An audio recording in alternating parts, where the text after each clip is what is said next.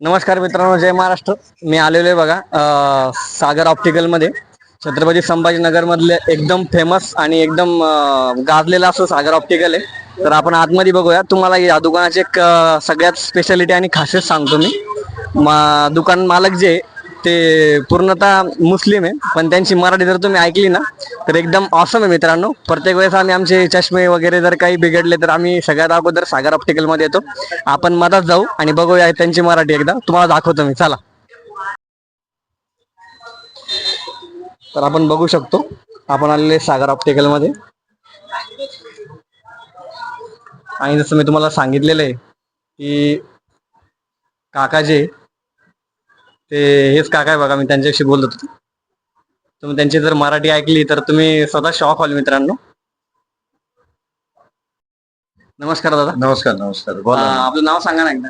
माझं नाव मोहम्मद फारुख आहे. आणि या दुकानाची माहिती सांगा, तुम्ही कधी सुरू केलं होतं? मी 1996 ला 29 तारखेला 3ऱ्या महिन्यात मार्च मध्ये दुकान उघडलं होतं. अच्छा. आणि म्हणजे कशा प्रकारे तुम्ही तुमच्या दुकानाची म्हणजे माझी विचारधारणा हीच होती की बाबा प्रत्येक माणसाला जे जसं जसं जे चष्मा वापरण्यात यावा आणि सगळ्या माणसाला जे निव्वळ 100 रुपये चष्मा भेटला पाहिजे आणि ऑथेंटिक आणि व्यवस्थित चष्मे भेटले पाहिजे.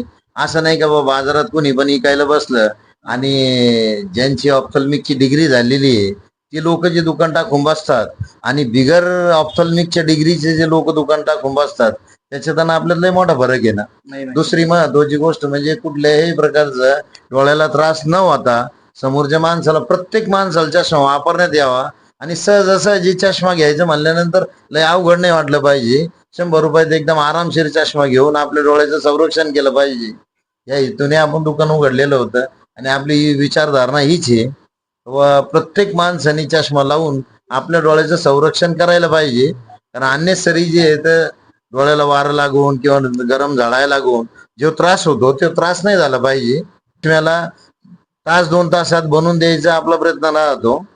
तर मित्रांनो, तुम्ही बघू शकता, तुम्ही चष्मा बनवायला आल्यानंतर तुम्हाला तास 2 तासामध्ये तुमचा चष्मा तयार होऊन मिळतो.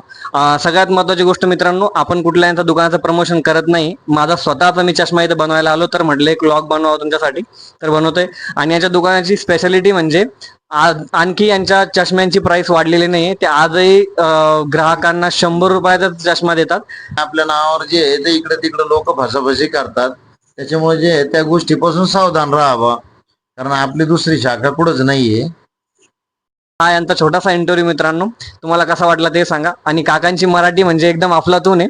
व्हिडिओ आवडला असेल तर नक्की शेअर करा मित्रांनो, लाईक करा आणि अशी इन्फॉर्मेटिव्ह व्हिडिओसाठी मला फॉलो करा.